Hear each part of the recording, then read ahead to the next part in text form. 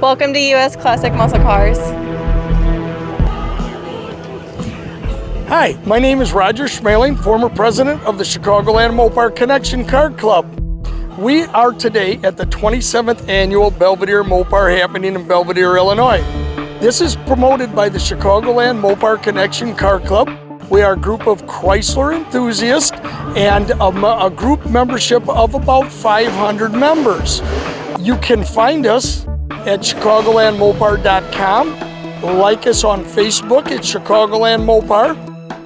And we hope you will view the next video by US Classic Muscle Cars. Hi, my name is Roger Schmaling. I'm here at the 27th annual Belvedere Mopar happening today.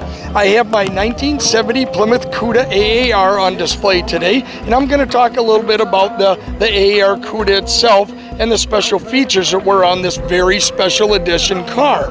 First of all, it started life as a Plymouth Barracuda. It's still in that trim. It is an AAR. Chrysler built these cars in 1970 from the middle of March until the end of April. 2,726 cars, only built for 5 weeks. That's all the production was. Some of the special features of the AAR Cuda start out in the hood area, the front of the car. This is a factory cold air intake, factory fiberglass hood. Now, one of the pedigree parts of this fiberglass hood, it always has the hood warps, and this is just the way it is. If you want to see a real hood, a real fiberglass hood, most of the time it's going to have this warp in it. Underneath that fiberglass hood is a small block 340 engine. It is topped with 3 two-barrel carburetors, and it is the only production Chrysler-built car that used the small block, the 340 engine, with the 3 two-barrel carburetors. The only small block that had those.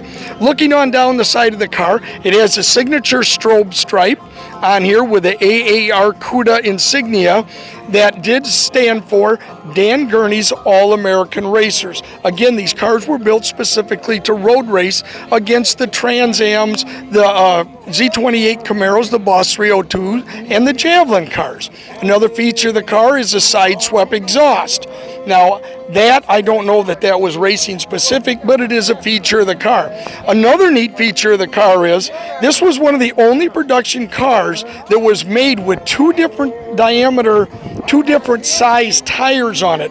On the rear is a G6015, and up front they're running an E6015. Now, what that did was give the car a natural rake, which helped the side swap exhaust stay off the ground.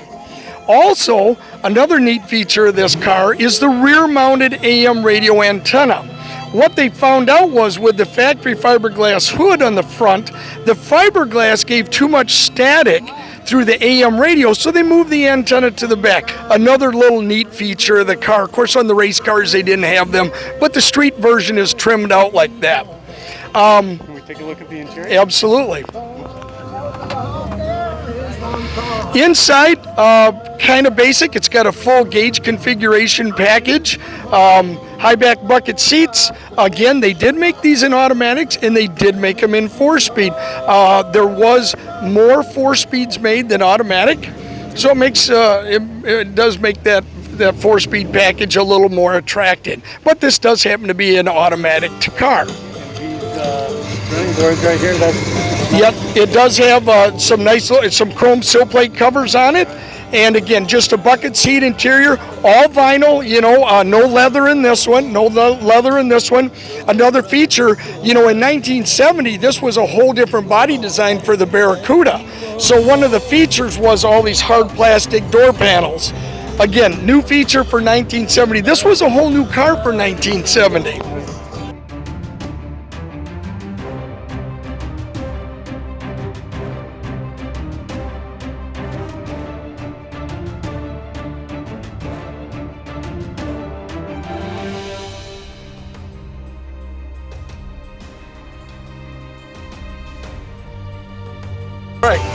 Okay, once again, under the hood is a small block engine, 340 cubic inch, 6-barrel. Now the Plymouth called it a 6-barrel, the Dodge TA called it a 6-pack.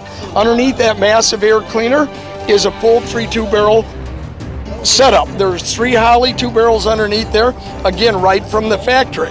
And again, I pointed out this was the only Dodge, the only Chrysler engine that was in small block configuration with the 3 2-barrels. Now this was rated from the factory at 295 horse, and the fact of the matter is it was way more potent than that.